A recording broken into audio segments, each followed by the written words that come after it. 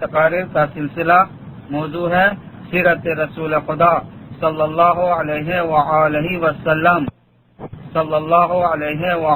وسلم cassette code A301 to A326 Aal Muhammad research centre Los Angeles Toronto.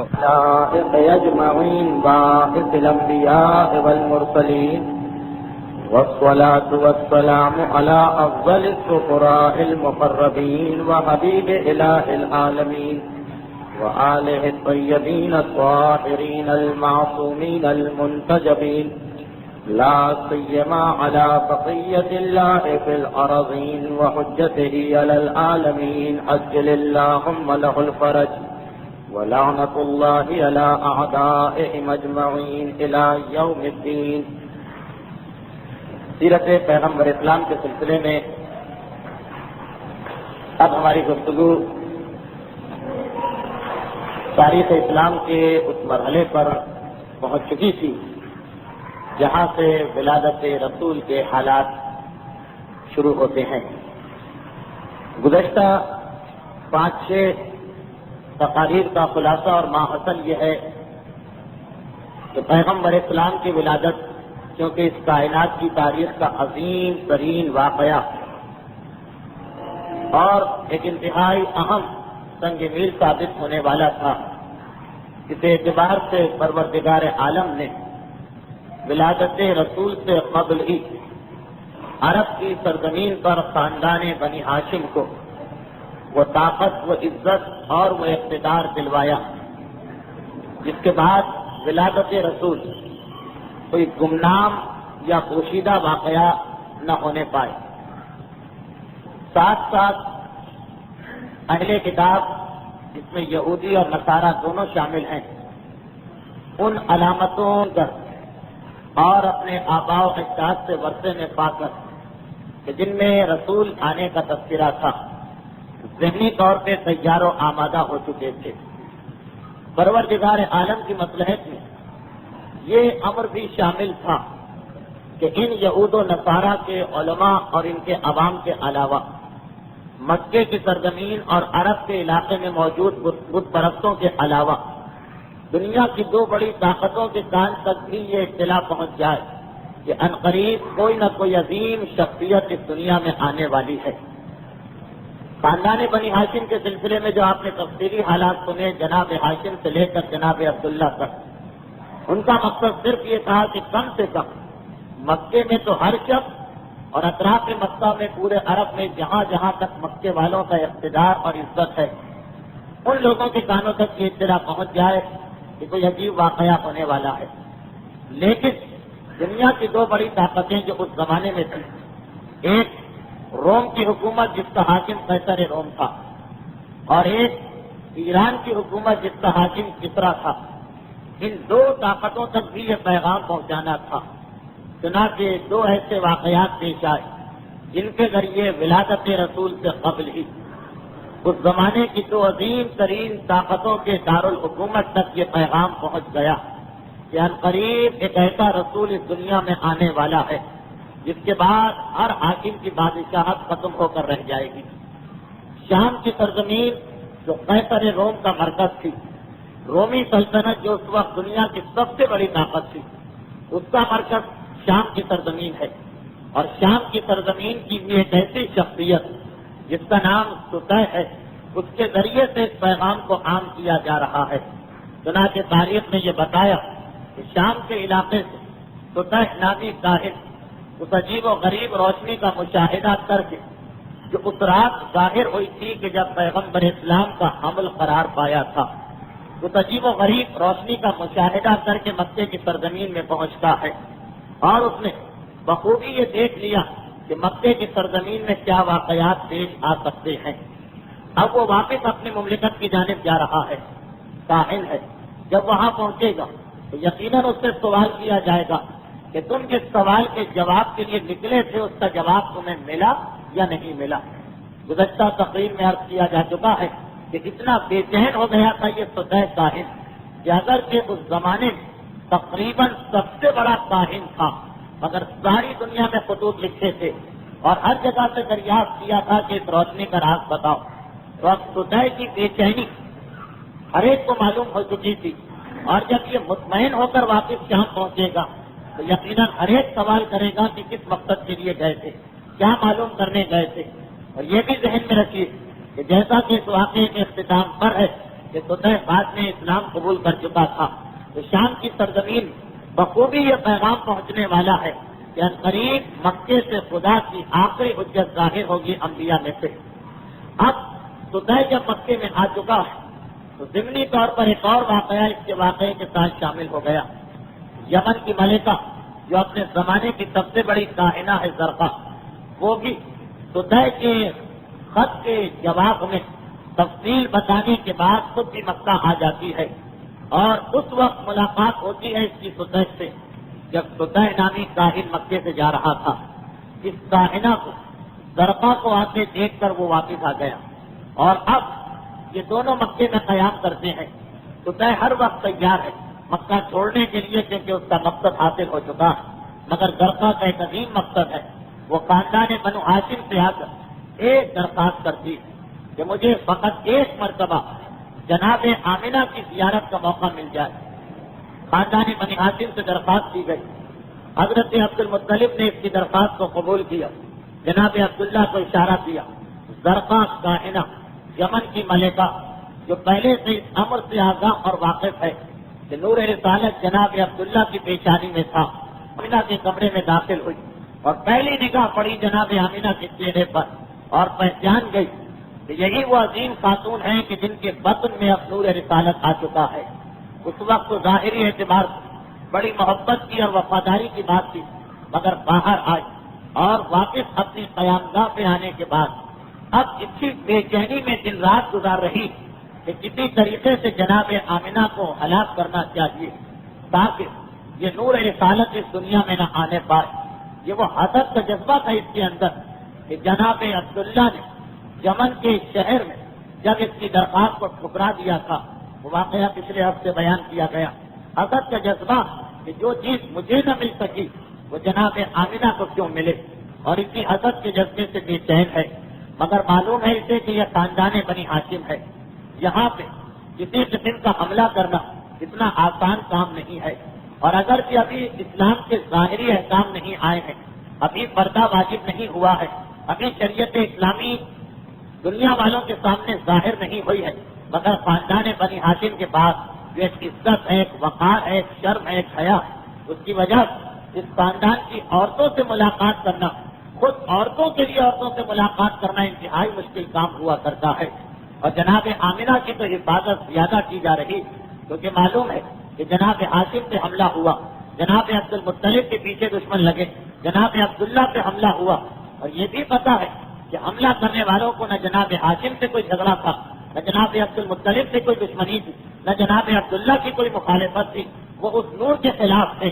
اب یہ نور جناب آمنہ کے بطن میں آ چکا ہے تو ساری دشمنی جناب آمنہ سے نکالی جائے گی۔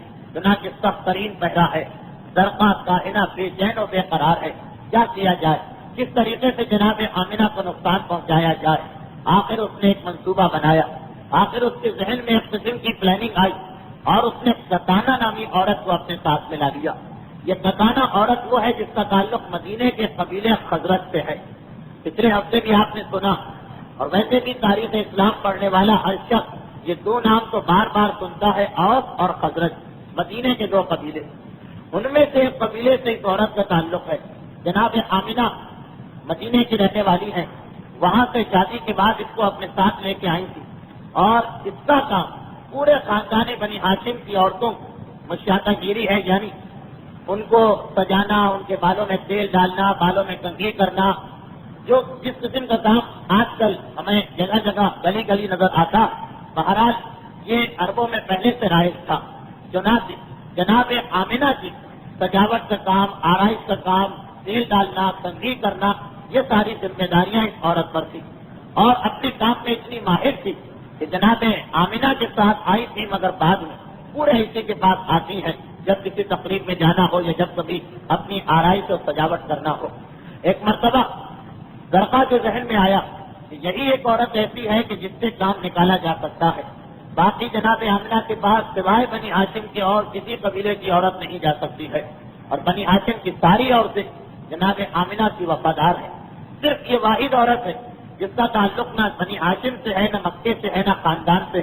باہر کی عورت ہے، اگر اسے لالچ دی جائے تو شاید کہ میرا ساتھ دینے کے تیار و آمادہ ہو جائے۔ چنانچہ ایک رات کو کتانہ کو اس کے مکان سے اپنے مکان میں بلایا اور کہا کہ آج رات تم میرے کمرے میں سو۔ ایک عام عورت، ایک کنیز، اور اسے یمن کی ملکہ کے کمرے میں سونے کی سعادت ملے، یہی چیز اس کے لیے ایک بہت بڑی نعمت بن گئی تھی۔ چنانچہ بے انتہا متاثر ہوئی، اور اتفاق سے یہ وہی رات تھی جس رات کو اس درگاہ کے پاس وہ شخصیت آئی جس کی مدد سے یہ کاہن بنی تھی۔ غالباً میں نے گزشتہ ہی پیر کو یہ عرض کیا تھا امام معصوم کی ایک روایت کی روشنی میں کہ شیطان آسمانوں تک جا کر وہاں سے جو خبریں لے کے آتا تھا وہ اپنے ماننے والوں کو منتقل کیا کرتا تھا۔ آسمانوں میں جاتا، معلوم کرتا ہے کہ فرشتے کیا گفتگو کر رہے ہیں، وہ خبریں لے کے آیا، اور جو اس کی ضروریت ہے، جو اس کے ماننے والوں کا گروہ ہے، جنوں میں سے، شیطانوں میں سے، انسانوں میں سے، انہیں یہ چیزیں منتقل کی۔ اب جنہیں شیطان نے یہ چیزیں منتقل کی، وہ ان چیزوں کو لے کر دنیا کے کسی ایک آدمی کو اپنی نگاہ میں رکھتے ہیں کہ فلاں آدمی بڑا کمزور عقیدے کا ہے، اسے بہکا کے اپنے ساتھ ملایا جا سکتا ہے، آسمان سے آنے والی خبروں کو اسے بتایا جاتا ہے، وہ آدمی کاہن بن جاتا ہے، یعنی غیب کی خبریں دینے والا۔ تو ہر غیب کی خبریں دینے والے کا تعلق کسی نہ کسی شیطان یا کسی نہ کسی جن سے تو ہوتا۔ اب روایت یہ کہ زرقا رات کو سو رہی ہے، اور اسی کے کمرے میں کتانہ نام کی وہ عورت سو رہی جسے آگے چل کر اس سازش میں ایک انتہائی اہم حصہ لینا۔ آدھی رات کے قریب کتانہ کی آنکھ کھلی تو دیکھا کہ جیسے زرقا کے سرانے ابھی کوئی آ کے بیٹھا۔ زرقا کی بھی آنکھ کھل گئی، آنے والے کو دیکھا، بے انتہا خوش ہوئی، کہا اے میرے ہمدم و ہمراہ، کافی عرصے کے بعد تم میرے پاس آئے، بتاؤ کیا خبر لے کے آئے؟ زرقا کاہن، اس کے پاس یہ جن ہے یا شیطان ہے، ان میں سے کوئی ایک ہے، یہ آتا ہے اور غیب کی خبریں دے کے جاتا، لیکن کافی عرصے سے یہ کوئی خبر لے کے نہیں آیا تھا۔ چنانچہ ایک مرتبہ زرقا خوشی کے عالم میں اس سے سوال کر دی کہ اے میرے دوست، اے میرے ہمراہ، اے میرے ساتھی، بتاؤ تو صحیح تم کیا خبر لے کے آئے؟ اور اس آنے والے نے کہا کہ ہم یہ خبر لینے آسمانوں کی جانب جا رہے تھے، مگر آج ہمیں آسمان پہ نہیں جانے دیا گیا، اب ہمارے لیے آسمان کا راستہ بند کر دیا گیا۔ روایت کے اس حصے کی تشریح انشاءاللہ آگے چل کر ہوگی۔ ہمارے لیے آسمان کا راستہ بند کر دیا گیا، اسی لیے کافی عرصے سے میں تمہارے پاس آ بھی نہیں سکا، بس مجھے اتنا پتا چلا کہ جس مقصد کے لیے تم یہاں آئی اس میں ناکام بھی ہوگی اور ذلیل اور رسوا بھی ہوگی۔ خبردار اس نور کو بجھانے کی کوشش نہ کرنا، اس لیے کہ مجھے اور کوئی خبر تو نہیں ملی، مگر یہ خبر مل چکی کہ پروردگار عالم کی جانب سے اس نور کی حفاظت کا مکمل انتظام کیا گیا۔ زرقا یہ کائنہ ہمیشہ اس کی خبروں پہ عمل کرتی، دنیا والوں تک اس کی خبریں پہنچاتی، اسی کی وجہ سے اس کی حکومت چل رہی، مگر اس وقت حسد کے جذبے سے اتنی مغلوب ہے، حسد کے جذبے نے ایسا اس کی عقل پہ پردہ ڈالا کہ کہا کہ تم کتنا ہی منع کرو مگر جو ارادہ میں نے کیا اسے پورا کر کے رہوں گی۔ ایک مرتبہ وہ کہتا کہ دیکھو میں پھر سمجھایا جاتا ہوں، نقصان ہی نقصان اٹھاؤ گی اور پھر میں تمہارے پاس آ بھی نہیں سکتا، مگر اسے اپنی حکومت کو کھونا قبول ہے، اسے اپنے علم کو کھونا قبول ہے، اس کی عزت ختم ہو جائے اس پر یہ تیار ہے، مگر جناب آمنہ سے جو حسد ہے وہ اس کو مجبور کر رہا ہے کہ جناب آمنہ کو کسی نہ کسی طریقے سے نقصان پہنچایا جائے۔ اسی لیے روایت میں حسد کو بدترین گناہ قرار دیا گیا، اور اسی سے آپ اندازہ کر لیں کہ جب ایک جانب وہ نیکی ہمارے سامنے آتی جس میں معصوم نے یہ کہا کہ علی کی محبت گناہوں کو اس طرح سے ختم کر دیتی جس طرح سے آگ لکڑی کو ختم کر دیا کرتی، اور اسی کے مقابلے میں حسد کو رکھا گیا کہ ان الحسد یاکل الحسنات کما تاکل النار الحطب، بالکل وہی جملے کہ جس طرح سے عظیم ترین نیکی ہے محبت علی اور محبت اہل بیت، اس کے مقابلے میں معصوم کی یہ حدیث آ رہی کہ یاد کرو حسد اتنا بدترین گناہ کہ جب کسی کے دل میں حسد پیدا ہو جائے تو اس کی نیکیاں اس طرح سے ختم ہونے لگتی ہیں جس طرح سے اگر لکڑی کو آگ میں ڈال دیا جائے اور آگ لکڑی کو کھانے لگتی ہے۔ اس گناہ کی عظمت کو بتانے کے لیے معصوم نے وہی جملے استعمال کیے کہ جو محبت علی کی عظمت کو بتانے کے لیے استعمال کیے گئے تھے، تو اسی لیے اسلام نے اس کو بدترین گناہ قرار دیا کہ جب حسد آدمی سے آ جائے تو وہ اپنا نقصان بھی برداشت کر لیتا ہے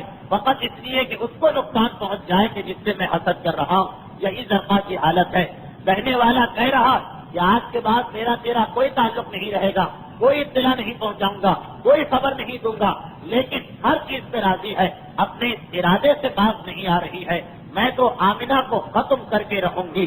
کتانا یہ ساری گفتگو اور بحث سن رہی ہے، جانے والا چلا گیا، صبح کا وقت آیا، درقا نے ایک مرتبہ کتانا کو بلایا، کہا تم سب کچھ سن چکی ہو جو کچھ رات کو ہوا ہے، اور تمہیں میرا ارادہ بھی معلوم ہو گیا ہے، تمہیں منہ مانگا انعام دوں گی، بس تم جاتی ہو آمنہ کے پاس، کسی طریقے سے آمنہ کو نقصان پہنچا دو۔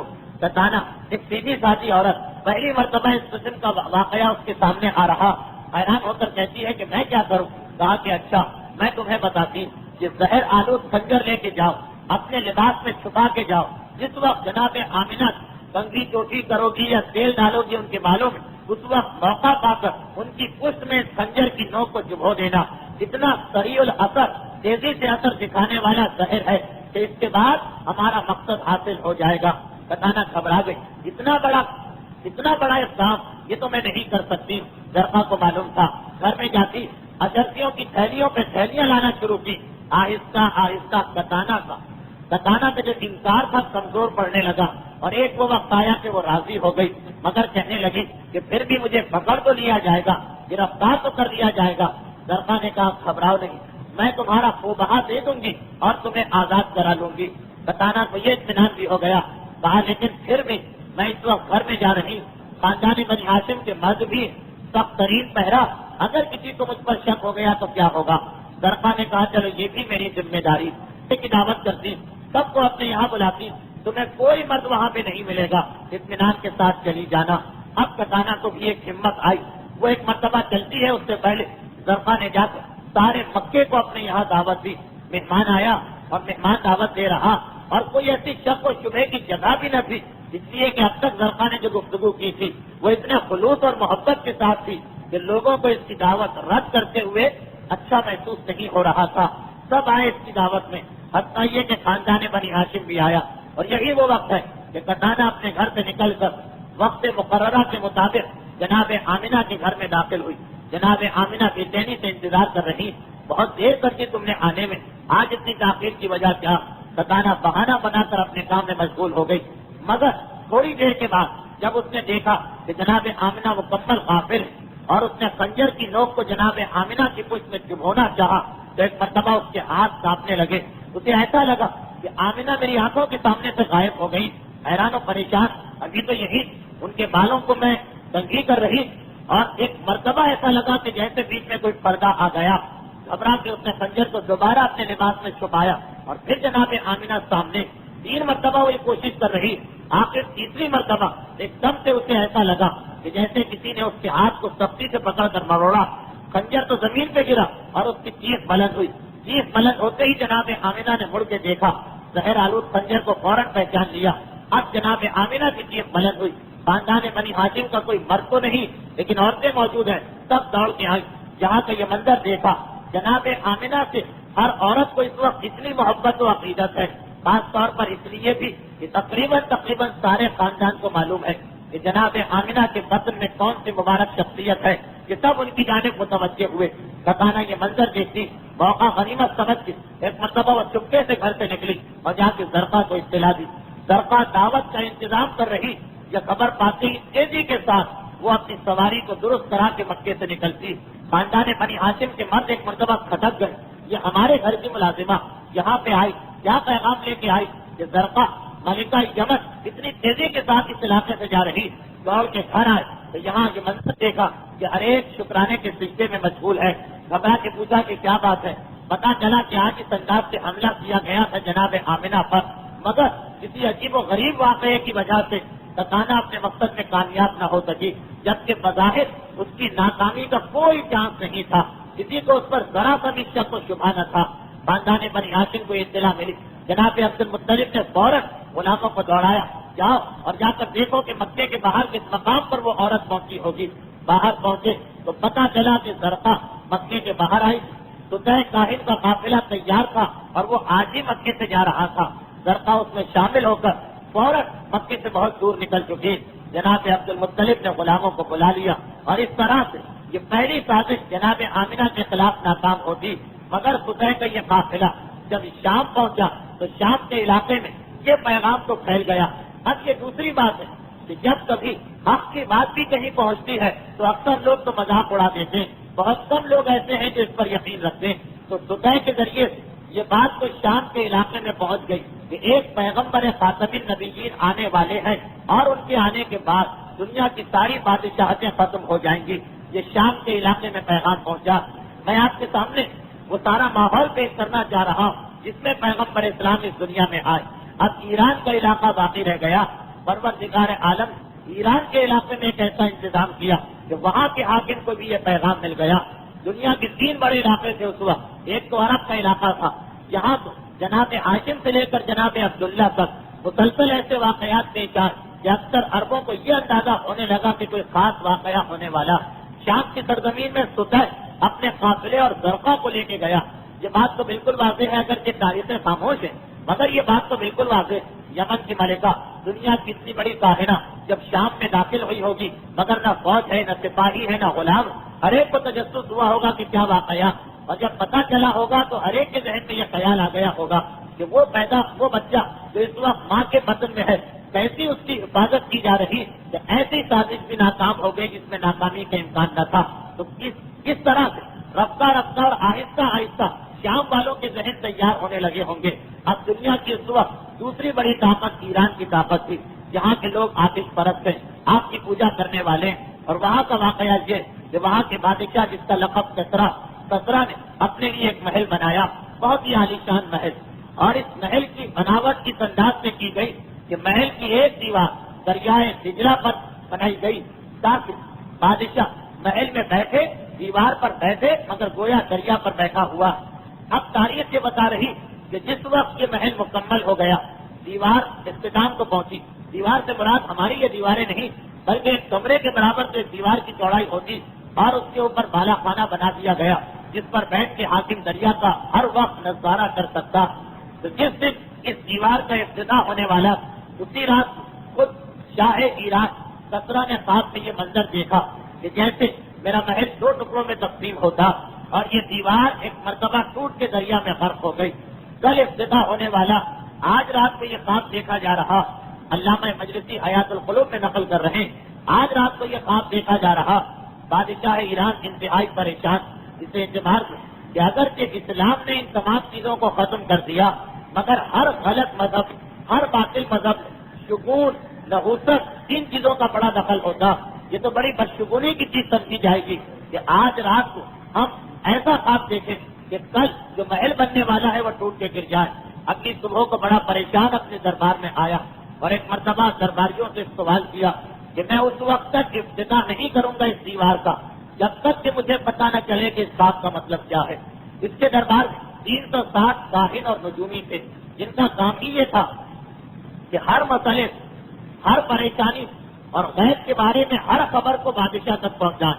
اور ان سب کا سردار عرب کے علاقے کا رہنے والے ایک نجومی صاحب تھا جسے یمن کے حاکم نے خصوصی طور پر بادشاہ ایران کی خدمت بطور تحفہ بھجوایا تھا۔ سب سے کہا کہ تمہیں یہ بتانا کہ اس خواب کا مطلب کیا، جب تک کہ اس خواب کا مطلب پتہ نہ چلے یہ دیوار اسی انداز سے رہے، اور دیکھو تمہیں 24 گھنٹے میں اس کا جواب دینا ورنہ سب کو سزا دی جائے گی۔ 360 نجومی اپنے سردار کی قیادت میں دربار سے نکل کے اپنے اپنے گھروں میں گئے۔ طے پایا کہ آج رات کو ہر شخص اپنا حساب لگائے اور صبح سویرے ہم جمع ہو کر دیکھیں کہ کیا نتیجہ نکلتا۔ اب سب کے سب حساب لگا رہے ہیں مگر کوئی نتیجہ نہیں نکل رہا، سب کے حساب باطل ہو چکے ہیں، کسی کو کوئی نتیجہ نہیں مل رہا۔ صاحب سردار بھی ہے ان سب کا، وہ ایک مرتبہ پریشان ہو کے جنگل میں نکل گیا، اس کا حساب کتاب بھی ناکام ہو رہا، وہ جنگل میں نکل چکا، پریشانی کی حالت میں ٹیلے پر بیٹھا۔ کیا مطلب ہے اس خواب کا؟ یکایک حجاز کی سرزمین کی جانب سے جس طرف مکہ اور مدینہ واقع اسے ایک نور آسمان کی جانب بلند ہوتا ہوا نظر آیا اور ایک دم اسے ایسا لگا جیسے میرے پیروں کے نیچے سے کوئی سبز مخمل کا فرش بچھائے چلا جا رہا اور یہ حجاز تک چلا گیا۔ یہ 2 مناظر اس کی آنکھوں کے سامنے آئے، گھبرا گیا اور اب کہ اس نے حساب کتاب لگایا تو ایک لمحے میں اس کے حساب نے بتا دیا کہ کون سا عظیم واقعہ پیش آ چکا۔ یہ تذکرہ ہے اس رات کا جس رات کو ہم نے رسول جناب آمنہ کے قتل میں قرار پا رہا۔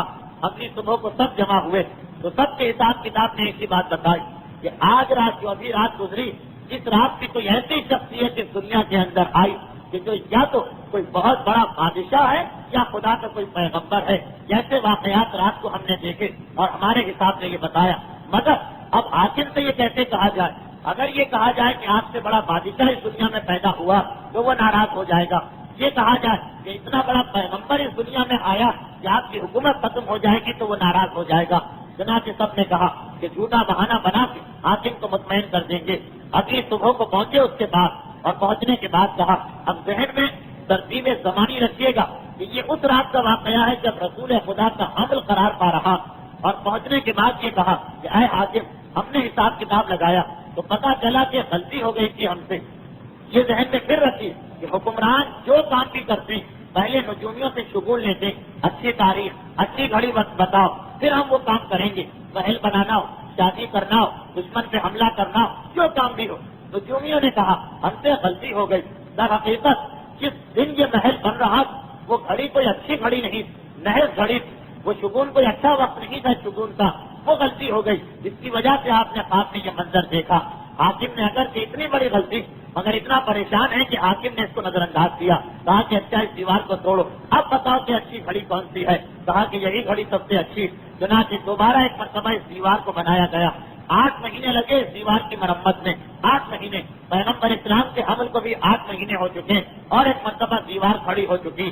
اور اب بادشاہ پورے اطمینان کے ساتھ اس محل کے افتتاح کے لیے جاتا, دیوار کے بالا خانے میں بیٹھتا, مگر ادھر اس نے قدم رکھا ادھر دیوار ایک مرتبہ 2 ٹکڑوں میں تقسیم ہوتی اور ساری دیوار سمندر دریا میں غرق ہو گئی. یہاں تک کہ خود شاہ ایران کسرا جیسا حاکم کی دریا میں ڈوب رہا اور بڑی بے چینی سے ہاتھ پاؤں مار رہا. آخر جب بالکل مرنے کے قریب تھا تو بڑی مشکل سے اسے نکالا گیا. اب جو باہر آیا تو غیظ و غضب کے مارے اس کی بری حالت. نجومیوں کو بلایا, بتاؤ تو صحیح اس کا سبب کیا ہے. نجومیوں کے پاس جواب ہی نہیں. کیا جواب دے, کیسا جواب دے, یہ تو اور ناراض ہوگا. ایک مرتبہ پھر کہا کہ 1 دن کی مہلت دیجیے. اب کسرا کے دل میں بھی کچھ خیال آنے لگا کہ یہ ایسا لگ رہا ہے کہ کوئی نہ کوئی خاص بات ہے. نجومی پھر واپس آئے, کہا کہ پھر ہم سے غلطی ہو گئی. وہ گھڑی وہ شگون اس کے اندر کوئی گڑبڑ ہو گئی. اب ہم صحیح وقت بتاتے ہیں. اس تاریخ کو آپ اس عمارت کو تعمیر کرائیے. کسرا اتنا پریشان کہ اب وہ سب کچھ بھول گیا کہ بہت عمدہ عمارت بنانا, عالیشان بلڈنگ کھڑی کرنا. جلدی سے کہتا جیسا بھی بنے 10-15 دن کے اندر اندر اس دیوار کو کھڑا کر دو. ایک مرتبہ افتتاح تو ہو جائے محل کی اس دیوار کا, بعد میں اس کو صحیح طریقے سے بنایا جا سکتا. 10-15 دن کے اندر جلدی جلدی کر کے عالیشان دیوار بنائی گئی. انتہائی مضبوطی کا امتحان لے لیا گیا اور پھر وقت مقررہ پر حاکم آیا. اور اب جو آ کر اس دیوار پر بیٹھا تو ایک دم اسے ایسا لگا کوئی دیکھنے والا نہیں, مگر خود وہ بتا رہا بڑا دربار ہے مگر کسی کی آنکھوں نے یہ منظر نہیں دیکھا جو خود حاکم ایران دیکھ رہا کہ کوئی گھوڑے سوار گھوڑا دوڑاتا ہوا آیا اور آنے کے بعد اس دیوار پہ اس کے گھوڑے نے چھلانگ لگائی اور پھر دیوار 2 ٹکڑوں میں تقسیم ہوئی اور ایک مرتبہ پھر وہ دریا میں ڈوب گیا. بالکل مرنے کے قریب ہے کہ اسے باہر نکالا گیا. اب جو باہر آیا تو غیظ و غضب کی کیا حالت ہوگی. نجومیوں کو بلایا, ننگی تلوار برابر میں رکھی, بہت سی دستے کو تیار کیا. کہا کہ اب مجھے صحیح بتاؤ کہ کیا بات ہے, ورنہ تم میں سے کسی ایک کی جان بھی نہیں بچ سکتی اور ہاتھیوں کے پیر کے نیچے تمہاری ہڈیوں کو کچل کے سرما بنایا جائے گا. نجومیوں نے دیکھا موت کو دونوں صورتوں میں آنا. کہا کہ اے حاکم ایران, ہمیں اپنی اس غلطی کا اعتراف ہے, لیکن بات ایسی تھی کہ ہم آپ کو بتا نہیں سکتے. ہماری موت یقینی. اب آپ نے پوچھا اور دونوں صورتوں میں موت, اس لیے بتائے بغیر کوئی چارہ بھی نہیں.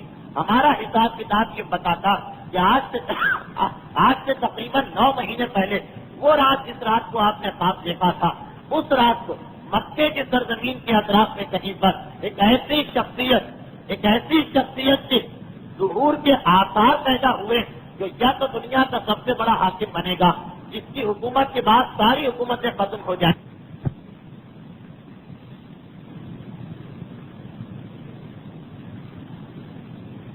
ساری سلطنتیں خصوصیت سے آپ کی سلطنت مٹ کے رہ جائے گی. یہ اس خواب کا مطلب ہے جو آپ نے دیکھا. اگر پہلی ہی مرتبہ یہ خواب بتا دیا جاتا تو یہ سب قتل کر دیے جاتے, مگر 3 مرتبہ کا واقعہ حاکم ایران بھی دیکھ چکا. چنانچہ وہ بھی پریشان, انتہائی پریشانی کے عالم میں سوچتا کہ اب ہمیں کیا کرنا چاہیے, مگر کوئی اسے کچھ بتانے والا نہیں. اور اسی پریشانی کے عالم وہ لوگوں سے مشورہ لے رہا اور بات پھیلتی چلی جا رہی. دوسروں کو بھی پتا چلتا جا رہا کہ اتنا بڑا مسئلہ آ گیا کہ خود حاکم ایران جیسی بڑی شخصیت پریشان ہو گئی، اور زیادہ دن نہیں گزرے، کچھ ہی دن گزرے تھے جب وہ واقعہ پیش آیا کہ اسی ایران کے سب سے بڑے مذہبی پیشوا جس کا لقب موفزان ہے، سب سے بڑا مذہبی پیشوا، ایران کا مذہب اس زمانے میں آتش پرستی تھا، سب پارسی لوگ تھے، تو ان کا جو سب سے بڑا پیشوا، جیسے ہمارے یہاں مجتہد عالم ہوتا، عیسائیوں کے یہاں پوپ ہوا کرتا، یہودیوں کے یہاں ربی ہوا کرتا، اس طرح پارسیوں کا جو سب سے بڑا مذہبی پیشوا ہے موفزان، تقریباً 15-20 دن گزرے ہوں گے کہ رات کو خواب میں اس نے ایک عجیب منظر دیکھا۔ کیا منظر دیکھتا کہ کچھ اونٹ ہے کہ جو کچھ گھوڑوں کو اپنے پیچھے باندھ کے لا رہے ہیں، اور یہ گھوڑے اور اونٹ عرب کی سرزمین سے آ رہے ہیں، اور آنے کے بعد دریائے دجلہ جو عرب اور عجم یعنی ایران کے درمیان ایک سرحد تھی، ایک باؤنڈری تھی، ایک حد فاصل، ان اونٹوں گھوڑوں کو باندھ کر اس دریا کو عبور کیا، اور ہمارے شہروں میں یہ عرب اونٹ داخل ہو گئے، چاروں طرف پھیل گئے، جہاں جاتے ہیں تباہی ہو جاتی۔ ایک مرتبہ موفزان نے یہ خواب دیکھا، اس کی آنکھ کھل گئی، یہ تو انتہائی برا خواب ہے، یہ تو ہمارے دین کے زوال کا خواب نظر آ رہا، اس کا کیا مطلب؟ گھبرا صبح و سویرے حاکم ایران کے دربار میں گیا اور کہا کہ کل رات کو میں نے یہ خواب دیکھا، اور ابھی یہ آ کر بیٹھا ہی ہے کہ دیکھا پارسی پجاریوں کا یا پارسی مذہبی پیشواؤں کا ایک وقت روتے پیٹتے آنسو بہاتے بالوں کو نوچتے چلے آ رہے ہیں۔ کس طرح گھبرا گئے، پہلے تو یہی خبر پیشوائے آدم یہ خواب دیکھ کے آ رہا، بات کتنا سچا ہوگا اس کے اپنے عقیدے میں، اور دوسری جانب یہ جو مذہبی پیشوا ہے دوسرے، یہ روتے پیٹتے آ رہے ہیں، اور یہ دیکھ کر کس طرح کا دل اور پریشان ہو گیا کہ ان کا لباس بتا رہا کہ یہ اس عبادت گاہ سے آئے جو ساری دنیا کی پارسیوں کی سب سے بڑی عبادت گاہ، وہ عبادت گاہ جہاں 1000 سال سے آگ جل رہی تھی، مقدس آگ جس کی یہ لوگ پوجا کرتے، اور 1000 سال میں 1 سیکنڈ کے لیے بھی وہ آگ نہیں بجھی۔ وہاں پہ جو کام کرنے والے مذہبی پیشوا، ان کے لباس بھی مختلف قسم کے ہیں۔ جتنا گھبرا کے کہتا ہے تم کیا خبر لائے، کہا کہ پتہ نہیں کیا ہوا، جاتا یہ الگ تو ایک مرتبہ یہ پھڑکنے والی آگ، پھیلنے والی آگ ایک مرتبہ پھڑکی اور بالکل بجھ گئی، اور اس انداز سے بجھی کہ ہر ممکن کوشش کر رہے ہیں مگر آگ دوبارہ روشن نہیں ہو رہی۔ بیک وقت 2 ایسی خبریں، اور 15-20 دن پہلے ہجومی وہ تیسری خبر بھی بتا چکے ہیں۔ اب شہنشاہ ایران انتہائی پریشان ہو رہا، کیا کیا جائے؟ فوراً یمن کے حاکم کو جو اس کا ایک صوبہ تھا خط لکھا کہ اگر تمہارے پاس کوئی انتہائی عقل مند اور غیب کی خبریں بتانے والا تو اسے میرے پاس بھیجو۔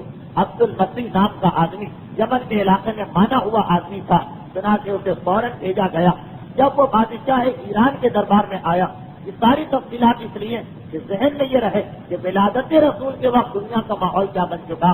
جیسے ہی وہ داخل ہوا بادشاہ ایران کے دربار، تو خود اتنا بے چین ہے کہ کھڑا ہو گیا اس کے استقبال کے لیے، اور بلا کے کہتا ہے جلدی سے بتاؤ ان واقعات کا سبب کیا۔ یہ کہہ کے 3 واقعات بتائے۔ عبد المسیح نے جواب دیا کہ یہ ایسے باتیں ہیں کہ جن کا حل میری سمجھ میں نہیں آ رہا۔ ملک شام میں میرا خالو رہتا ہے سطح صاحب، جس کا تذکرہ آپ نے پچھلے ہفتے سنا، وہ اس قسم کے معاملات میں حرف آخر، اس قسم کی باتوں کو سوائے ان کے اور کوئی نہیں بتا سکتا۔ اتنی اجازت دیجیے کہ میں جا کے ان سے معلوم کر کے آؤں۔ بادشاہ ایران کو تو ایک بڑی مشکل لگ رہی، مگر کیا کرے، بادشاہ تمہیں اجازت۔ یہ وہاں سے فوراً شام آیا۔ ذہن میں رکھیے کہ یہ آگ کا بجھنا یہ اس رات کو ہوا تھا جس رات کو ولادت ہو گئی، تو ہم ذرا اپنے واقعات کی ترتیب میں کچھ آگے پہنچ چکے ہیں، مگر واقعہ ایسا کہ یہ اتنا حصہ اس کا بتانا ضروری اور اہم تھا۔ اب یہ فوراً آتا ہے ایک مرتبہ ملک شام، سطح کے پاس پہنچا۔ وہ وقت ہے کہ جب سطح آخری سانسیں لے رہا، کم سے کم اس کی عمر 900 سال بتائی گئی، ورنہ 2000 سال تک کی عمر تاریخوں میں موجود، آخری سانسیں لے رہا، جس کا اپنا بھانجا عبد المسیح کے سرحانے کھڑا اور کہتا ہے کہ یہ 3 واقعات حاکم ایران کے ہیں، آپ ان کا راز بتائیے۔ اور سطح فقط ایک جواب دیتا، اس وقت مجھے پریشان نہ کرو، میرا وقت آخر میں اس دنیا سے جا رہا ہوں۔ عبد المسیح نے ایک عربی شعر پڑھا جس کا ترجمہ یہی تھا کہ کتنے افسوس کی بات ہے، سینکڑوں میل کا فاصلہ طے کر کے کوئی شاگرد اپنے استاد کے پاس آئے اور پھر بھی اسے صحیح جواب نہ ملے۔ تو میں نے یہ شعر سنا، آہستہ سے آنکھوں کو کھولا اور کہا بس جا کے اپنے حاکم کو یہ بتا دینا کہ اب وہ وقت آ گیا کہ دنیا میں مسجدیں بنائی جائیں اور دوسری عبادت گاہیں ختم ہو جائیں۔ اب وہ وقت آ گیا ہے کہ دنیا میں صرف قرآن کی تلاوت ہو اور باقی ساری کتابیں ختم ہو جائیں. اب وہ آنے والا آ گیا جس کے ہاتھ میں ایک چھوٹا سا عصا ہر وقت اور ہر آن اور ہر گھڑی رہے گا اور جا کر اپنے حاکم کو بتا دے کہ ایک چوتھی خبر اور ہوگی جو اسے دیر سے ملی ہوگی. اس کے محل کے کچھ کنگرے ٹوٹ گئے اور جتنے کنگرے ٹوٹے اتنے ہی وقت اس کے بیٹے بادشاہ بنیں گے اور اس کے بعد بادشاہت اس کی اولاد سے ختم ہو جائے گی. اور پھر خدا نے 10-12 باتیں اور بتائیں جن کا تعلق امام کے ظہور سے ہے جو میرے موضوع سے اس وقت خارج ہے. اور بس آنکھیں بند کی اور اس دنیا سے رخصت ہو گیا. عبد المسیح نے آ کر حاکم ایران کو یہ بتایا کہ میں کیا سن کے آیا ہوں. تو اب شام کے علاقے میں سدے اور زرقا نامی کائنہ کے ذریعے پیغام پہنچ چکا. ایران کے علاقے میں خود بادشاہ ایران اپنی آنکھوں سے خواب دیکھ چکا ہے اور کچھ مشاہدات کر چکا. اور عرب کی سرزمین میں تو کچھ ایسے واقعات پیش آ رہے ہیں کہ سارا عرب حیران کہ کیا وجہ کہ ہاشم، عبد المطلب، عبداللہ اور آخر میں آمنہ ان پر مسلسل حملے ہو رہے ہیں اور ایسا لگتا کہ کوئی نہ کوئی شخصیت آ کے ان کا تحفظ کرتی ہے اور ان کو بچا لیتی. چنانچہ سب اپنی جگہ پریشان. اسی دوران خاندان بنی ہاشم ایک انتہائی بڑے سانحے اور انتہائی بڑی مصیبت سے گزرا. زرقا نامی کائنہ کا حملہ تو ناکام ہو گیا جس کے بعد جناب آمنہ کی حفاظت اور زیادہ سختی سے کی جانے لگی. پہرا سخت ہو گیا. خاندان بنی ہاشم کی ساری عورتیں خصوصیت سے جناب ابو طالب کی بیوی فاطمہ بنت اسد ہر وقت جناب آمنہ کے ساتھ رہا کرتی. اور اسی دوران وہ واقعہ پیش آ رہا جس کے بارے میں تاریخوں میں اختلاف ہے. کچھ تاریخیں کہتی کہ یہ واقعہ اس وقت پیش آیا جب جناب آمنہ کے حمل کو جناب آمنہ کو 3 مہینے گزرے تھے. جناب آمنہ 3 مہینے گزرے تھے حاملہ ہوئے. اور بعض تاریخوں میں ہے کہ یہ اس وقت پیش آیا جب جناب آمنہ کو حاملہ ہوئے 7 مہینے گزرے اور بعض میں ہے 8 مہینے گزرے. یا اس وقت کا واقعہ ہے جب جناب آمنہ کو حاملہ ہوئے 3 مہینے گزرے ہیں یا اس وقت کا ہے کہ جب 7 مہینے گزرے ہیں یا اس وقت کا ہے کہ جب 8 مہینے گزرے. جناب عبد المطلب ایک مرتبہ اپنے سب سے چھوٹے بیٹے حضرت عبداللہ کو بلاتے ہیں اور بلانے کے بعد یہ کہتے ہیں کہ میں اس وقت انتہائی ضروری کام سے تمہیں مدینے بھیجنا چاہتا ہوں. تمہاری بیوی بھی حاملہ، اسی وقت جاؤ اور اس کام کو انجام دے کے فوراً آ جاؤ. کچھ تجارت کا مقصد تھا اور کچھ مکے والوں کی پریشانی دور کرنا. کیونکہ مکے کے اندر جیسا کہ میں نے بتایا کہ اس سے پہلے قحط کی ایک کیفیت چل رہی. جس رات کو پیغمبر اسلام کا حمل قرار پایا اسی رات سے مکے میں برکتیں ہونے لگی. یہاں تک کہ پورا سال عام الفقر یعنی مشکلیں دور ہونے کا سال کہلایا جانے لگا. مگر جب کہ یہ واقعہ اس وقت مکے والے تھوڑی سی عرصے کے لیے دوبارہ کھانے پینے کی چیزوں کی کمی ہو گئی تھی اور اس پریشانی میں مبتلا تھے. جناب عبداللہ کو بلایا جاتا اور کہا جاتا ہے کہ تم فوراً مدینے جاؤ. جناب عبداللہ کے سارے رشتے دار مدینے میں ہیں. باقی اولاد کے مقابلے میں جناب عبداللہ ایک یہ سہولت ہے کہ ان کے سارے رشتے دار مدینے میں ہیں. اس لیے کہ جناب عبداللہ کی والدہ کا تعلق کچھ شہر مدینہ سے اور جناب عبداللہ کی بیوی کا تعلق بھی شہر مدینہ سے ہے. یہ ذمہ داری ان کے سپرد کی گئی اور ساتھ ساتھ یہ کہا گیا کہ جب واپس آؤ تو عقیقے، ولیمے اور بیٹے کی ولادت میں جتنی بھی چیزیں ہوتی ان سب کو مدینے سے لے کے آنا. اس لیے کہ مدینے کا سامان زیادہ بہتر سمجھا جاتا. باپ کا حکم ہے. جناب عبداللہ تیار و آمادہ ہو گئے. خاندان بنی ہاشم کو یہ تو معلوم ہے کہ اب جناب عبداللہ کو کوئی خطرہ نہیں. خطرے کا وقت ٹل گیا. اب سارا خطرہ جناب آمنہ کے لیے. چنانچہ جناب عبداللہ اطمینان کے ساتھ چلتے ہیں، شہر مدینہ میں داخل ہوتے ہیں اور بظاہر تاریخ تو اتنا لکھ کے خاموش ہو جاتی کہ وہاں 20 یا 25 دن رہے اور اپنے ماموداد بھائیوں کے یہاں قیام کیا. مگر ایک مرتبہ بیمار پڑے اور اتنے بیمار کے بستر سے حرکت کے قابل نہ رہے، یہاں تک کہ وہیں انتقال کیا. اور موجودہ مسجد نبوی باب السلام کے سامنے تھوڑے فاصلے پر ایک مکان تھا جس کا نام تھا دار النابغہ، وہیں پہ اسی مکان میں جناب عبداللہ کو دفن کیا گیا. ضمن یہ بات بتا دی جائے کہ اگر کہ تواریخ میں نہیں مگر ثقہ لوگوں سے سنا کہ سن 1976 عیسوی جب مسجد نبوی کے سامنے جو علاقہ ہے اس کو ایک ہموار میدان بنایا جا رہا تھا تو وہاں کے سارے مکان، ساری دکانیں، سارے بازار توڑے گئے. وہ مکان بھی کھودا گیا جس میں جناب عبداللہ دفن تھے اور جس وقت وہ مکان کھودا گیا تو جناب عبداللہ کی قبر بھی کھل گئی. اور جناب عبداللہ یہ پیغمبر اسلام کی ولادت سے پہلے انتقال کر چکے ہیں. مگر 1976 عیسوی میں جب یہ قبر کھلی تو جناب عبداللہ اس طرح سے اس قبر میں نظر آئے کہ جیسے کوئی آدمی اپنے کمرے میں لیٹا ہوا آرام کر رہا ہو. مگر اس کے باوجود اس عظیم ترین معجزے کو دنیا کی نگاہوں سے چھپایا گیا اور راتوں رات اس مقام سے جناب عبداللہ کی میت کو کسی ایسے نامعلوم مقام پہ منتقل کر دیا گیا کہ جس کے بارے میں فی الحال کسی شخص کے علم نہیں سوائے ان حکمرانوں کے کہ جن کی نگرانی میں یہ سارا کام انجام پایا۔ خود یہ اسلام کا ایک کتنا بڑا معجزہ بن سکتا تھا اگر اس واقعے کو دنیا والوں کے سامنے پیش کیا جاتا۔ ہمارے سامنے موجودہ تاریخ ہے جب 1932 میں جناب جابر ابن عبداللہ انصاری اور جناب حذیفۃ الیمانی کی قبریں اسی انداز سے کھولی گئی تھی اور دونوں کی میتیں نکالی گئی تھی تو کتنی بڑی تعداد میں غیر مسلم مسلمان بن گئے تھے، جبکہ اس دور میں وہ سہولتیں بھی نہیں تھی کہ اس پیغام کو دنیا میں پہنچایا جائے، حتیٰ یہ کہ فوٹو تک صحیح معنوں میں نہ کھینچا جا سکا۔ مگر آج اگر اسی ایک معجزے کو دنیا کے سامنے پیش کر دیا جاتا تو کتنی بڑی تعداد میں اگر لوگ مسلمان نہ بھی ہوتے تو ان کے کانوں تک اسلام اور اسلام کی حقانیت کا پیغام کسی نہ کسی انداز میں پہنچ جاتا۔ مگر وہاں سے ایک مسئلہ اور بھی ہے دیگر مسئلوں کے علاوہ کہ جب فقط اور فقط جناب ابو طالب کی دشمنی کہ کسی طریقے سے جناب ابو طالب کو معاذ اللہ کافر قرار دیا جائے، پورے خاندان رسالت ہی کو کافر قرار دے دیا گیا، تو یہ معجزہ کس طریقے سے دنیا کے سامنے پیش کیا جا سکتا تھا؟ جب روایتیں بنا لی گئی کہ یہ سارا خاندان معاذ اللہ جہنم کے ساتھ میں طبقے میں عذاب خدا کا شکار ہے اور اس میں مبتلا، تو یہ اس قسم کی اگر ایک یا دو چیزیں بھی سامنے آ جائیں تو وہ حدیث کی ساری کتابیں بیکار ہوئی جا رہی ہیں اور وہ سارا کا سارا جو منصوبہ بنایا گیا جناب ابو طالب کے کفر کو ثابت کرنے کے لیے معاذ اللہ وہ ناکام ہو جاتا۔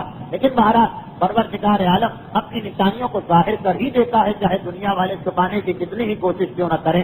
بہرحال جناب عبداللہ کو اپنے ماموں کے مکان میں دار النابغہ میں دفن کیا گیا اور یہاں مکے میں یہ خبر پہنچی کہ جناب عبداللہ انتہائی بیمار ہیں۔ حضرت عبد المطلب کو یہ خبر ملی، بے چین ہو گئے، جناب عبداللہ کی بیماری کا سنا بے چین ہو گئے۔ جیسا کہ میں نے ابھی عرض کیا کہ تاریخ تو صرف اتنا لکھتی ہے کہ جناب عبداللہ بیمار ہو گئے، مگر بعض ایسے واقعات سے جو آپ بعد میں سنیں کہ پیغمبر اسلام کی عمر کے 5ویں یا 6 سال کے واقعات ہیں، مجھے تو ایسا اندازہ ہو رہا کہ جناب عبداللہ مدینے یہودیوں کی سازش کا نشانہ بنتے اور یہودی اس غلط فہمی میں کہ یہ پیغمبر اسلام کے والد اس کے بعد کے واقعات ان کو پتہ نہ چلے، ان کے اوپر حملہ کر کے ان کو شہید کر دیتے۔ اس کی تفصیل جو کچھ میں نے اب کی ہے وہ تو انشاءاللہ بعد میں کسی منزل پر آئے گی، مگر کیونکہ تاریخوں میں اتنا ہی لکھا کہ بیماری میں انتقال کیا وہی جملہ میں نے دوہرا دیا، لیکن میرا اپنا اندازہ ہے کہ انہیں بھی کسی سازش کا نشانہ بنا کے شہید کیا گیا۔ جناب عبد المطلب کے پاس یہ پیغام پہنچا، جناب عبد المطلب کی عمر اس وقت تقریباً 100 سال کے قریب ہے، جب یہ پیغام پہنچا کہ آپ کے بیٹے جناب عبداللہ اس وقت انتہائی بیمار اور علیل ہے مدینے کے اندر، جناب عبد المطلب نے اپنے سب سے بڑے بیٹے جناب حارث کو بلایا۔ یاد ہوگا آپ کو جناب حارث کا نام، جب زمزم کا کنواں کھودا جا رہا تھا اور ایک ہی اولاد تھی تو وہ یہی جناب حارث تھے، انہیں بلایا اور بلا کر کہا کہ تم فوراً مدینے جاؤ اور مدینے جا کر عبداللہ کو جیسی بھی ان کی حالت ہو مکے واپس لے کے آ جانا۔ تاریخ یہاں پر پھر خاموش، لیکن کچھ اور ایسے واقعات ہیں جن سے یہ اندازہ ہوتا کہ جناب ابو طالب کے ذمے اس وقت جناب آمنہ کی حفاظت کی ذمہ داری سونپی گئی تھی اور صحیح معنوں میں محافظ رسالت کا کردار پیغمبر اسلام کی ولادت سے پہلے ہی جناب ابو طالب کو سونپا جا چکا، اس لیے جناب حارث کو اس مہم کے اوپر بھیجا جا رہا۔ اس وقت باپ کے لیے، بوڑھے باپ کے لیے اپنے جوان بیٹے کا صدمہ ایک بہت بڑا صدمہ اور ساری فکر جناب عبداللہ کی ہونا چاہیے، مگر جناب عبد المطلب ایک مومن کامل، انہیں پتا کہ اس وقت میرے اپنے بیٹے سے زیادہ جو قیمتی شے ہے وہ میرا وہ پوتا ہے کہ جو اللہ کا آخری رسول ہے، اس لیے جناب ابو طالب کو انہی کی حفاظت سے مقرر رکھا اور جناب حارث کو بھیجا جا رہا ہے مدینے کی جانب۔ جناب حارث مدینے پہنچے، مگر جب مدینے پہنچے تو پتا چلا کہ عبداللہ کا انتقال بھی ہو گیا اور انہیں دفن بھی کیا جا چکا۔ باقی ماندہ سامان لے کے مکے میں آئے، جناب آمنہ کے دل میں کیا قیامت گزری ہوگی، تاریخ اگر خاموش بھی ہو تو ہم یہیں سے اندازہ کر سکتے ہیں۔ خاندان بنی ہاشم کے لیے یہ صدمہ کتنا بڑا صدمہ تھا، یہ سانحہ کتنا بڑا سانحہ تھا۔ زیادہ وقت تو نہیں گزرا، چند ہی سال پہلے کی بات ہے، یہی جناب عبداللہ تھے جن کی قربانی کے وقت سارا مکہ بے چین و بے تاب تھا۔ 25 سال کی عمر ہے جناب عبداللہ کی جب وہ اس دنیا سے رخصت ہوتے ہیں۔ پورے مکے میں ایک مرتبہ شوق منایا جا رہا، مگر جناب عبد المطلب اور جناب ابو طالب ان کی ساری توجہ اس امر کی جانب ہے کہ جس عظیم نور کی حفاظت کا کام ہمیں سونپا گیا ہم اس کی حفاظت کے اہل ثابت، اور جہاں وقت گزرتا جا رہا یہاں تک کہ اس کائنات کی ایک رات آ گئی، اور وہ رات آ گئی جب ساری کائنات حیران و پریشان تھی کہ یہ کیا واقعات پیش آ رہے ہیں۔ مسلسل ایسے واقعات پیش آئے کہ مکے کے کافر بھی ایک مرتبہ اٹھ بیٹھے اور جا کے آسمان کی جانب دیکھنے لگے اور حیران ہو کر کہنے لگے کہ یہ کیسے واقعات ہیں جن کا ہم آج مشاہدہ کر رہے ہیں۔ بس انہی واقعات سے ہماری گفتگو در حقیقت پیغمبر اسلام کے براہ راست حالات میں شروع ہو جاتی، کیونکہ آج کا وقت پورا ہو گیا۔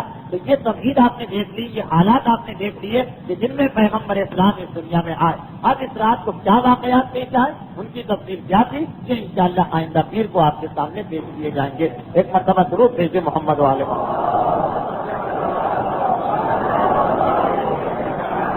بہرحال پیغمبر اسلام کی دنیا میں آمد کائنات کا عظیم ترین واقعہ ہے، مگر سیرت رسول کے حوالے سے قرآن تو ہم سے ایک ہی تقاضا کر رہا، وہ یہ تقاضا تو نہیں کر رہا کہ فقط ذکر سنو اور کھڑے ہو کے چلے جاؤ۔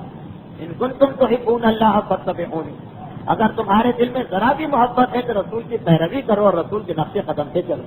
اور یہی وجہ کہ ہر تقریر کے اختتام پر وہ مسائل بیان کیے جاتے ہیں جو ہمیں یہ بتاتے ہیں کہ پیروی رسول کا صحیح طریقہ کیا ہے۔ مسائل کے سلسلے میں ہمارے پاس جو سب سے بڑا مسئلہ وہ یہ کہ جو مجمع آتا ہے اس کے اندر معلومات کے اعتبار سے لوگوں میں اتنا زیادہ فرق ہوتا کہ اگر بہت ہی ثقیل مسئلہ بتایا جائے بہت ہی اونچے معیار کا تو وہ لوگ جن کے پاس بنیادی معلومات بھی نہیں ہے وہ بیچارے پریشان ہو جائیں گے، اور اگر ایک عام مسئلہ بیان کیا جائے تو جن کی معلومات ماشاءاللہ کافی ہو چکی ہیں وہ اکتانے لگتے ہیں کہ یہ کیا بات ہو رہی۔ چنانچہ اس کے لیے ایک ہی طریقہ ہے، کبھی سخت مسائل کبھی آسان مسائل۔ یہ ذہن میں رکھیے کہ جو آسان مسائل بھی بیان کیے جائیں یہ وہی ہے کہ جس کے بارے میں ذاتی طور پر مجھے معلوم ہے کہ بہت سے لوگوں کو یہ نہیں پتا۔ تو خیر اب ہماری گفتگو آج ہو رہی ہے نماز روزے کے کچھ مسائل پر، حج، خمس، نماز آیات، یہ وہ مسائل ہیں جو اب تک بیان ہو چکے ہیں۔ آج گفتگو ہوگی جو اب تقریباً 10-12 منٹ بچتے ہیں نمازوں کے اور روزوں کے کچھ مسائل کے بارے میں، مگر آج جو ہمارا موضوع ہے وہ عام نماز اور عام روزہ نہیں بلکہ قضا نماز اور قضا روزہ۔ اسلام کے اندر 6 نمازیں واجب ہیں، ہماری شریعت کے مطابق 6 نمازیں واجب ہیں، اور 6 نمازوں میں سے ظہر و عصر و مغرب و عشاء اور صبح یہ 5 نمازیں مل کر ایک نماز کہلاتی ہے نماز یومیہ۔ یہ تو خیر ہر ایک کے علم میں ہے۔ دوسری نماز جو ہماری شریعت کے مطابق واجب ہوتی وہ ہے نماز آیات، سورج گہن و چاند گہن و زلزلہ اور قدرتی آفت جو لوگوں کو ڈرا دے اس پر جو 2 رکعت نماز واجب ہوتی۔ تیسری نماز ہے نماز جنازہ، یہ بھی واجب ہوتی ہے جس انداز سے اور جس طریقے سے اس سے اکثریت واقف ہے۔ چوتھی نماز جو واجب ہوتی ہے ایک بالغ آدمی پر وہ ہے نماز طواف، یہ ان کے لیے ہے جو حج یا عمرے کے لیے خانہ خدا جائیں اور احرام پہن لے تو اب یہ احرام نہیں اتر سکتا جب تک کہ 1-2 رکعت نماز صحیح سے پہلے اور طواف کے بعد انجام نہ دے۔ 5ویں نماز جو اسلام میں واجب ہے وہ نماز جو اللہ نے واجب نہیں کی ہم اپنے آپ پر واجب کر لیتے ہیں، نظر، قسم، عہد یا منت وغیرہ کے ذریعے سے۔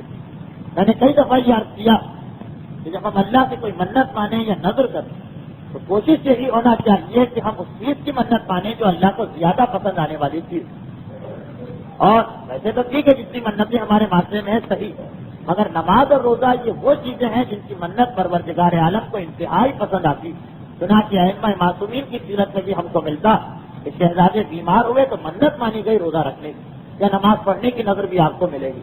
خیر یہ 5 نمازیں تو وہ ہیں جو مرد اور عورت سب پر واجب ہیں، اور ایک 6ٹھی نماز اور ہے کہ جو عورتوں پر واجب نہیں صرف مردوں پر واجب، اور مردوں میں سے بھی ہر ایک پر واجب نہیں، وہ ہے باپ کی قضا نمازیں جو بڑے بیٹے پر واجب ہیں۔ یہ 6 نمازیں اسلام میں واجب ہو گئی، 5 تو ہر مکلف پر، ہر بالغ پر، 6ٹھی نماز فقط بڑے بیٹے پر۔ اب ان میں سے کچھ نمازیں ایسی کہ جنہیں اگر نہ پڑھا جائے تو انسان فقط گناہگار ہوتا ہے مگر اس پر قضا اس کی نہیں، اور کچھ ایسی نماز ہے کہ اگر اس کو نہ پڑھے تو صرف گناہ ہی نہیں ملے گا بلکہ ساری زندگی اس کی قضا بھی باقی رہے گی۔ میرا اس وقت کا موضوع فقط نماز یومیہ کی قضا بتانا، جو 5 نمازیں ہم اپنے 24 گھنٹے کے دوران پڑھتے ہیں، ظہر، عصر، مغرب، عشاء اور صبح۔